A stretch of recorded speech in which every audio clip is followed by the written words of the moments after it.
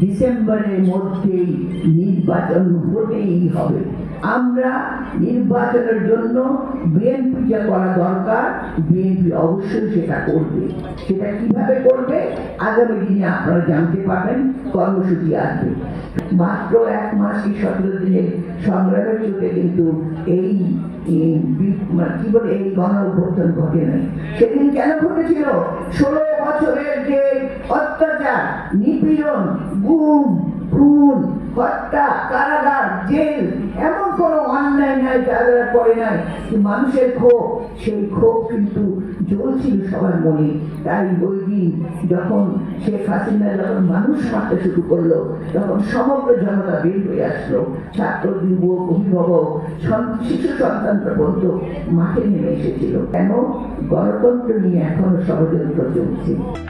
QCY Melovax Pro ANC on সব noise গন। সেই ষড়যন্ত্র চলছে। আমরা অন্তর্বর্তী অন্তর্বর্তীকালীন সরকার যাকে আমরা ভেবেছিলাম যে সরকারের মধ্য দিয়ে আমরা একটা নতুন সরকার গঠন করতে পারবো, যে সরকার হয়ে যাওয়া বিমূলক সরকার, নির্বাচনের মধ্য দিয়ে বিএনপি আন্দোলনের লক্ষ্য কি? একটা লক্ষ্য ছিল ভোটের অধিকার ফিরিয়ে দেওয়া, মানুষের অধিকার ফিরিয়ে দেওয়া, বেঁচে থাকার অধিকার ফিরিয়ে দেওয়া, তাদের কথা বলার অধিকার ফিরিয়ে দেওয়া। সেখানে আমাদের লক্ষ্য কিন্তু এখনো পরিপূর্ণ হয় নাই। আজকে সংস্কারের কথা বলে তারা বিভিন্নভাবে নির্বাচনকে পিছিয়ে দেওয়ার চেষ্টা করছে।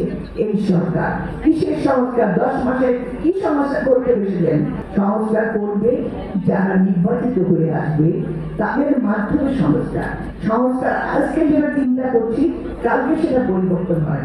সংস্কার চলমান, সংস্কার একটা চলতে চলতে নতুন চিন্তা ভাবনা, নতুন কিছু চলে আসে, সেই নতুনত্বকে গ্রহণ করা, সেটাই হলো সংস্কার। সেই সংস্কার একদিনে হয় না। এগুলো করে আপনি নির্বাচন দিয়ে যান, কারণ 10 মাস হয়ে গেছে।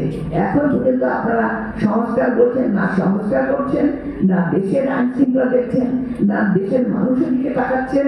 আপনারা আছেন বিদেশি চমক আর কথা নিয়ে আছেন।